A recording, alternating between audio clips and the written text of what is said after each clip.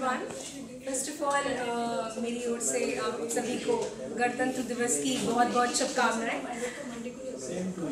Thank you. सबसे पहले मैं बुलाना चाहूँगी अभिजात चतुर्वेदी को, one of our trainee, for his speech. Come up अभिजात।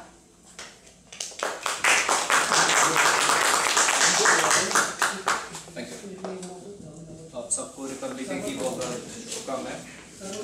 आज एक स्पीच प्रिपेयर करिए। बेसिकली स्पीच नहीं है, मैं आपको वो बता रहा हूँ कि जो आज रिपब्लिक डे है और जब तक आर्म फोर्सेस का जिक्र ना हो तब तक वो डे पूरा नहीं हो सकता। मैं आपको वो वॉर स्टोरीज बताना चाहता हूँ जो 47 के बाद से इंडियन हिस्ट्री की सबसे टफेस्ट वॉर्स रही हैं और कैसे आर्मी ने उनको या आर्म फोर्सेस ने, नेवी ने, एयरफोर्स ने कैसे उनको अकम्प्लिश किया, कैसे उनको उनके टारगेट्स अचीव किए, उसके बारे में आज मैं आपके साथ जिक्र करना चाहता हूँ। सबसे पहले जिसका जिक्र आना चाहिए, जो सबसे पहला और सबसे टफ बैटल्स इंडियन आर्मी ने फेस की हैं, वो थी 1965 के वॉर में बैटल ऑफ डोगरई। डोगरई एक कस्बे का नाम है लाहौर से पहले पाकिस्तान में एक्चुअली। और जब पाकिस्तान ने अटैक किया 65 में शुरुआत में, तो कश्मीर में हमारी लॉसेस होने लगे, हमने हैवी कैजुअलिटीज सफ़र किए। तो उस समय के आर्मी चीफ जनरल चौधरी ने प्राइम मिनिस्टर की परमिशन के साथ ये कहा कि हमें एक सेकेंड फ्रंट खोल देना चाहिए पाकिस्तान पर काउंटर अटैक के लिए। और इसके लिए इंडियन आर्मी ने पंजाब में एक फ्रंट खोला, लाहौर कैप्चर करना था, ये ऑब्जेक्टिव था। और लाहौर कैप्चर करने के लिए सबसे ज़्यादा ज़रूरी था कि आप डोगरी को कैप्चर करें, वो रास्ते में पड़ता है और उसको कैप्चर करना ज़रूरी था। लेकिन पाकिस्तानी आर्मी ने ऑलरेडी वहाँ पर फोर्टिफिकेशंस कर दिए थे, वहाँ पर वो लोग तैयारी के साथ बैठे हुए थे। और वो बैटल सबसे टफ बैटल्स थी, क्योंकि वो बैटल लड़ी गई 3rd जाट रेजिमेंट द्वारा, इंडिया की 3rd जाट रेजिमेंट, जिनके कमांडर थे लेफ्टिनेंट कर्नल डेसमंड हेड। और हेड साहब एक एंग्लो इंडियन थे जिनको इंग्लिश आती थी और हरियाणवी आती थी, हिंदी नहीं आती थी, इंग्लिश तो हरियाणवी सीखे। बैटल से पहले उन्होंने अपने ट्रूप्स को उनका मोराल बढ़ाया, बैटल के बारे में बताया कि उनको क्या करना है। और वो बैटल एक एक घर, एक एक कमरे, एक एक आदमी तक लड़ी गई। ये बहुत ज़रूरी था, बहुत ही टफ बैटल थी, लेकिन ऑफ कोर्स बहुत अच्छी तरह से उन्होंने लड़ी। 580 जवान थे इंडियन आर्मी के, बैटल में पार्ट ले रहे थे, और उन्होंने मोर देन 800 की कैजुअलिटीज़ कर दी पाकिस्तानी आर्मी में। इस बात के लिए तालियां ज़रूर रखती हैं। 3 दिन में 2 बार जीता। 3 दिन में 2 बार जीता था। 3 महावीर चक्र, 4 वीर चक्र, 7 सेना मेडल, 2 परमवीर चक्र, एक ऑपरेशन। इसके बाद एक बहुत ही इम्पॉर्टेंट बैटल थी, मेरे लिए बहुत पर्सनल है क्योंकि मुझे नेवी से बहुत प्यार है।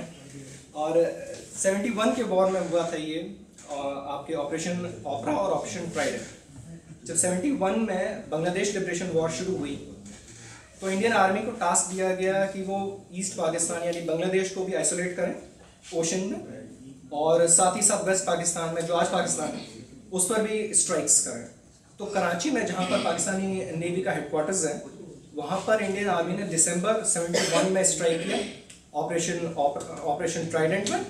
और उसके बाद 3 दिन बाद दोबारा उसी जगह स्ट्राइक किया, वहाँ पर उनकी ऑयल स्टोरेज को डिस्ट्रॉय किया, उनके वेपन्स डिस्ट्रॉय करे, और इतना डिस्ट्रॉय कर दिया कि दोबारा पाकिस्तानी आर्मी उस वॉर में कभी तो हमारी कैपेबिलिटीज़ के साथ मैच नहीं कर पाई।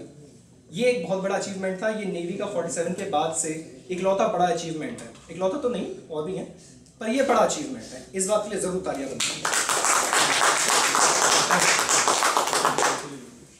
3rd but not the least, Kargil. Of course Kargil एक बहुत टफ बैटल थी, जहाँ पर एनिमी हाइट्स पर बैठा हुआ था और हमारे जवान नीचे से गए थे, जबकि उनको इंस्ट्रक्शंस थे कि LOC पार नहीं करनी है किसी भी हालत में। जब आप एक एनिमी की पोजीशन पे अटैक करते हैं, तो अटैकर्स और डिफेंडर का रेशियो 4:1 का होता है।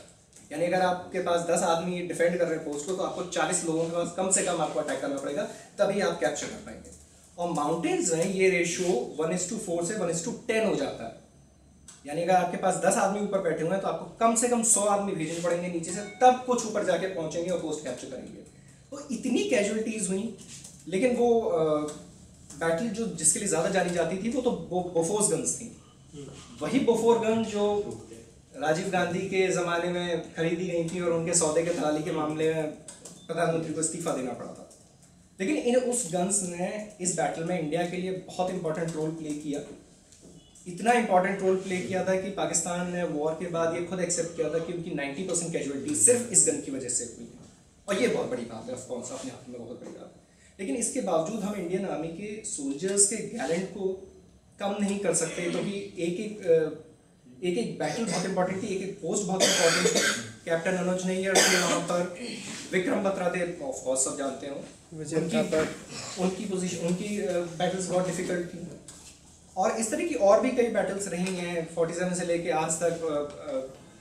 रिसेंटली 2008 में जो मुंबई अटैक्स हुए थे, उसमें जो बैटल थी NSG ने जो लड़ी, वो एक अपने आप में बहुत डिफिकल्ट बैटल थी।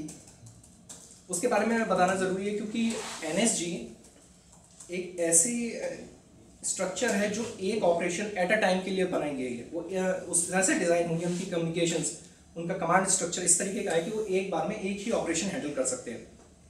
लेकिन 2008 में मुंबई में 220 कमांडो गए, 3 जगह पर एक साथ ऑपरेशन को हैंडल किया और सक्सेसफुली उसको अंजाम दिया। For as a matter of fact, जब NSG ने वहाँ पर जाके अपनी पोजीशंस ली थी, मुंबई पुलिस से टेक ओवर किया था, उसके बाद से एक भी कोलैटरल डैमेज नहीं हुआ। उससे पहले हुए थे जो भी होते, उसके बाद में हाँ ऑफकोर्स एक कमांडो शहीद हुए थे, मेजर संदीप उन्नीकृष्ण। उनके अलावा और कोई सिविलियन नहीं मारे गए, सिर्फ टेररिस्ट ही मारे गए। He was an NSG commando. He was an NSG commando. He was leading the team. तो मेजर उन्नीकृष्ण के लिए जरूर तालियां बनती हैं। उनके गारंटी की वजह से ही मुंबई से। मुझे बस इतना ही कहना था, मैं बस इतनी ही बात के साथ अपना स्पीच को ख़त्म कर रहा हूँ। Thank you so much and happy Republic.